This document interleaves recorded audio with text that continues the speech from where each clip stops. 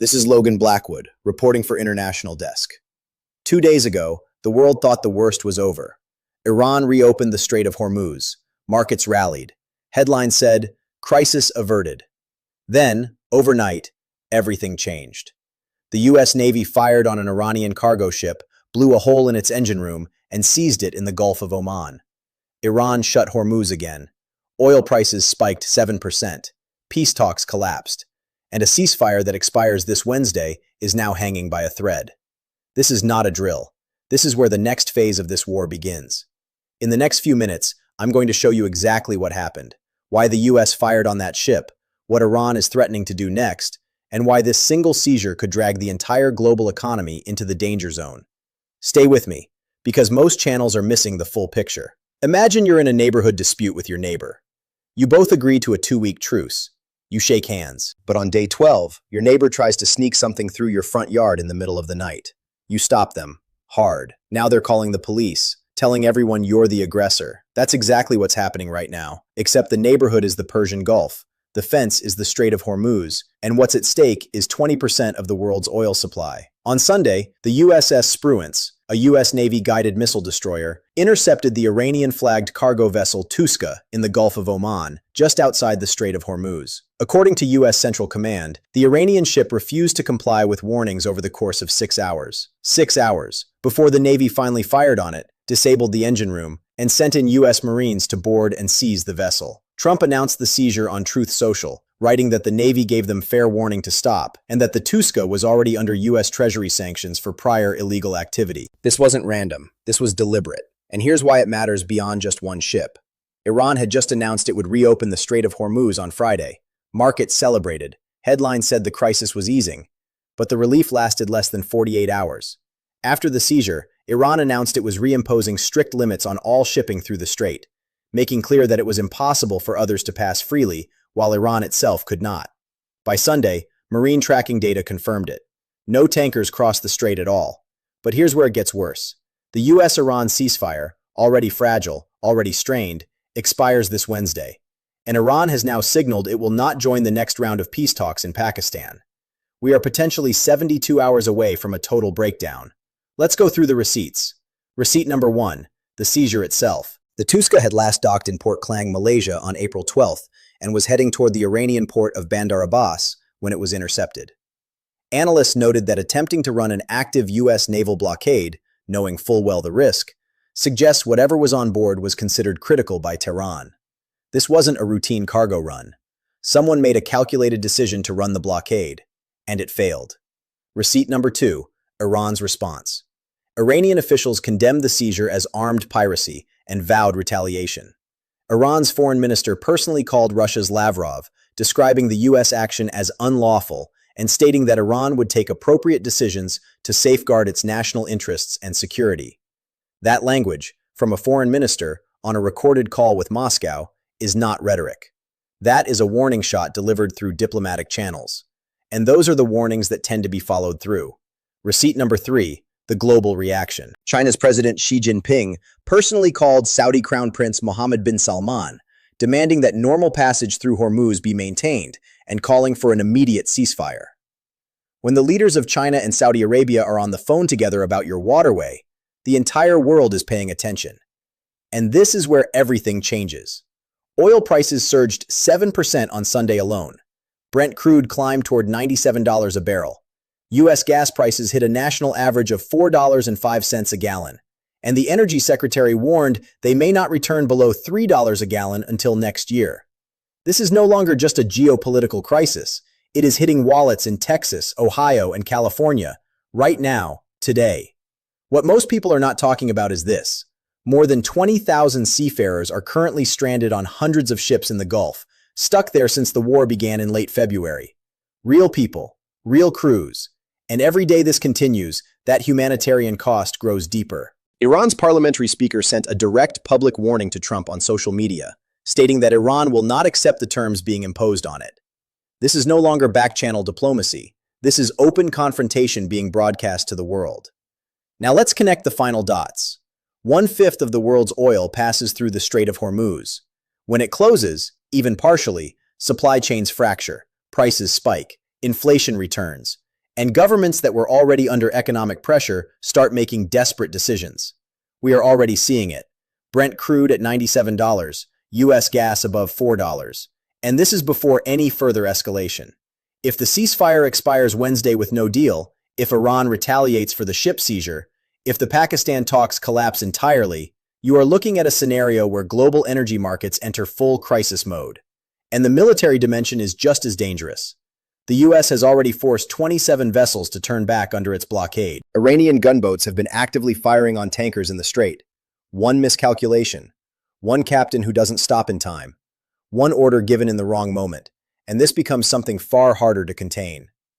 If this is connecting dots you haven't seen anywhere else, subscribe to International Desk right now. Hit the bell. Because this story moves fast, and we move with it.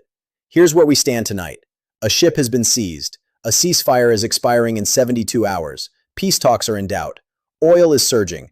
And two of the world's most powerful militaries are operating in the same narrow waterway, with no clear off-ramp in sight. The world had a window for de-escalation this weekend. That window just got a lot smaller. I'm Logan Blackwood. This has been International Desk. And this might only be the beginning. Claude Respondu. This is Logan Blackwood reporting for International Desk. This is Logan Blackwood reporting for International Desk. Let me tell you something that most channels won't say out loud. 48 hours ago, this crisis was supposed to be over. Iran had reopened the Strait of Hormuz. Oil markets surged, world leaders exhaled. The headlines were already being written. Tension easing, diplomacy winning, the worst behind us. And then, in the span of a single night, every single one of those headlines became obsolete. The US Navy tracked an Iranian cargo ship moving through the Gulf of Oman. They issued warnings. The ship kept moving. They issued more warnings. The ship still kept moving. So the Navy did something that shocked the world. They fired on it, blew a hole straight through its engine room, and sent US Marines aboard to seize it. Within hours, Iran slammed the Strait of Hormuz shut again. Oil prices exploded 7% in a single day. Peace talks that were supposed to happen this week are now in serious doubt. And a ceasefire, one that expires this Wednesday, is now balanced on the edge of a knife. This is not background noise. This is not another routine flare-up in a region known for tension. This is the moment where the trajectory of this entire conflict shifts. In the next few minutes, I'm going to walk you through exactly what happened. The ship, the seizure, the 6 hours that led to shots being fired, and more importantly, what comes next. Because what happens in the next 72 hours could determine whether this war de-escalates or enters a phase that no one is prepared for. Stay with me, because the full picture here is something most people are not seeing. Before we get into the details, I want you to picture something simple. You and your neighbor have been in a serious dispute. It's gotten ugly. Threats, tension, things said that can't be unsaid. But eventually, you both agree to a 2-week truce. You shake hands. You step back. You give peace a chance. Then, on day 12, in the middle of the night, your neighbor tries to sneak something through your front yard, something they know you've told them they cannot bring through. You catch them. You stop them. Firmly. And the next morning, your neighbor is on the phone with everyone they know, telling them you're the aggressor, that you violated the truce, that you attacked them without reason. Now stretch that analogy across an ocean. Replace the front yard with the Persian Gulf. Replace the fence with the Strait of Hormuz, a narrow 21-mile-wide waterway that carries 20% of the world's entire oil supply. Replace the neighbors with the United States and Iran, two nations already engaged in an active military conflict. That is the situation the world woke up to on Sunday morning. Here is what actually happened. The USS Spruance, a US Navy guided missile destroyer, was operating in the Gulf of Oman, just outside the Strait of Hormuz, as part of an ongoing American naval blockade of Iranian ports. The blockade has been in place since April 13th. Its stated purpose? Economic pressure on Tehran to bring Iran to the negotiating table. At some point on Sunday, an Iranian-flagged cargo vessel called the Touska entered the picture. The ship had last docked in Port Klang, Malaysia on April 12th. It was now heading directly toward the Iranian port of Bandar Abbas, straight through the blockade zone. The USS Spruance issued warnings. Standard procedure: turn around or be stopped. The Touska kept moving. More warnings were issued. According to U.S. Central Command, this went on for 6 full hours. 6 hours of communication, of warnings, of escalating alerts, all ignored. And then the Navy fired. A single targeted shot to the engine room. The Touska was disabled in the water. U.S. Marines boarded the vessel, took custody of the crew, and seized the ship. President Trump announced it himself on Truth Social, writing that the Navy gave fair warning, that the Iranian crew refused to listen, and that the ship was already under U.S. Treasury sanctions for a prior history of illegal activity. But here's where it gets more complicated. Analysts who track maritime movements noted something important about this ship's route. The Touska had passed through waters near the Singapore Strait, waters that maritime experts describe as notorious for ship-to-ship cargo transfers, the kind designed specifically to obscure what's being moved and where it came from. The fact that this ship's crew chose to run an active U.S. naval blockade, knowing the risk, knowing the consequences, suggests strongly that whatever was on board was considered by Tehran to be worth the gamble. Someone made that call. Someone decided the cargo was critical enough to risk an international incident. They were wrong. Now let's go through the receipts, because this story has layers, and each one is more serious than the last. Receipt number 1, the seizure itself and what it signals. This was not a spontaneous confrontation. The U.S. blockade of Iranian ports has been in effect for over a week. The rules of engagement have been publicly stated. CENTCOM even released audio and video of U.S. military helicopters broadcasting warnings to ships in the area. The message explicit and unambiguous. Any vessel attempting to enter or exit an Iranian port would be subject to search, and any attempt to run the blockade would be met with force. The Touska ran it anyway, which tells us one of two things. Either Tehran believed the U.S. would not actually follow through, or the cargo was so important that the risk was deemed acceptable. Either way, the U.S. response sent a message that cannot be misread. The blockade is real, it is enforced, and it will be enforced with live fire if necessary. The U.S. has now directed 27 vessels to turn back since the blockade began. The Touska is the first one that refused. Receipt number 2. Iran's response and why the language matters. Iranian officials did not stay quiet. They came out immediately and publicly, calling the seizure armed piracy. That phrase, armed piracy, is not an accident. It's a legal and political framing designed to delegitimize the U.S. action on the world stage and to justify whatever Iran chooses to do in response. But the response that deserves the most attention came from Iran's foreign minister, who personally called Russian Foreign Minister Sergei Lavrov. On that call, he described the U.S. action as unlawful behavior that directly contradicts diplomacy, and stated clearly that Iran would take appropriate decisions to safeguard its national interests and security. Read that carefully. A foreign minister, on a recorded diplomatic call, with Moscow, using language that leaves the door open for a military response. That is not bluster. That is a government preparing its legal and diplomatic groundwork before it acts. And there is more. Iran's parliamentary speaker sent a direct public message to President Trump on social media, warning that Iran will not accept the terms being forced upon it. This is no longer quiet back-channel tension. This is open confrontation, broadcast to the world, with no diplomatic cushioning. But here's where it gets worse. Receipt number 3, the global reaction, and what it reveals about how isolated this situation has become. China's President Xi Jinping personally called Saudi Crown Prince Mohammed bin Salman on Monday. The subject? The Strait of Hormuz. Xi called for normal passage through the waterway to be restored, demanded an immediate ceasefire, and expressed deep concern over what Beijing described as the forced interception of the Iranian ship. Think about that for a moment. The leader of China, Iran's largest oil customer and one of the world's most powerful economies, is personally on the phone with the leader of Saudi Arabia about a U.S. military action in a Persian Gulf waterway. When that call happens, the world has moved beyond a regional crisis. This is now a global pressure point, with superpowers actively managing their exposure and their risk. And the numbers reflect it. Oil prices surged 7% on Sunday alone. Brent crude climbed toward $97 a barrel, just days after settling at its lowest point since March, when Iran briefly promised to reopen the strait. U.S. gas prices hit a national average of $4.05 a gallon on Sunday. The Energy Secretary told reporters that prices may not return below $3 a gallon until next year. Let that land for a second. Not next month, next year.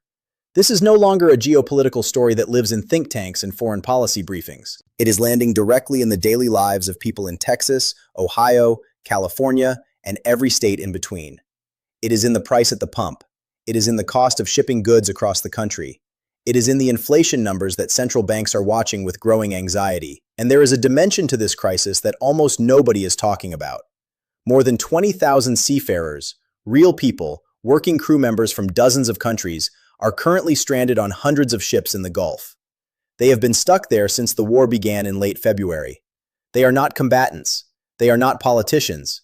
They are sailors caught in the middle of a conflict they have no control over. And every day this drags on, the humanitarian weight of this situation grows heavier. Now let's connect the final dots, because this is where the stakes become truly clear. The Strait of Hormuz is not just a body of water on a map.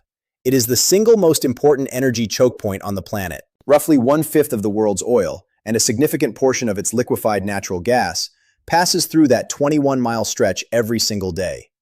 When it closes, even partially, the ripple effects are immediate and global. Supply chains fracture, prices spike, inflation accelerates. Governments that were already operating under economic strain start making desperate decisions. We are already living that reality, and this is before any further escalation. Here is what the next 72 hours look like. The US-Iran ceasefire expires on Wednesday.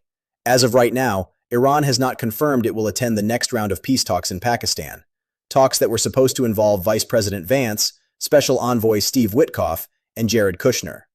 Some Iranian state media outlets are actively suggesting the talks will not happen at all. If the ceasefire expires with no extension, no deal, and no talks, the conflict that has been simmering since late February enters a new and far more dangerous phase. And the military picture makes that danger concrete. The US has 27 vessels turned back under its blockade. Iranian gunboats have been actively firing on tankers in the strait, including an incident on Saturday where UK maritime monitors reported Iranian vessels firing on a tanker, and a separate audio recording captured a crew member on a vessel near the strait transmitting a distress call in real time, telling Iranian naval forces, "You gave me clearance to go, and now you are firing on me." One miscalculation. One captain who doesn't stop fast enough. One order given under pressure in the wrong moment. And this becomes something far harder to walk back. If this is connecting dots you haven't seen anywhere else, subscribe to International Desk right now. Hit the bell. Because this story is moving fast, and we will be here every step of the way. Here is where we stand tonight. A ship has been seized. A ceasefire expires in 72 hours. Peace talks are in serious doubt. Oil is surging toward $100 a barrel. Two of the world's most powerful militaries are operating in the same narrow waterway with no agreement, no framework, and no clear off-ramp. The world had a genuine window for de-escalation this past weekend. Iran reopened Hormuz. The US was heading to Pakistan. There was, for a brief moment, a path forward. That window did not close slowly. It slammed shut overnight. I'm Logan Blackwood. This has been International Desk, and this might only be the beginning.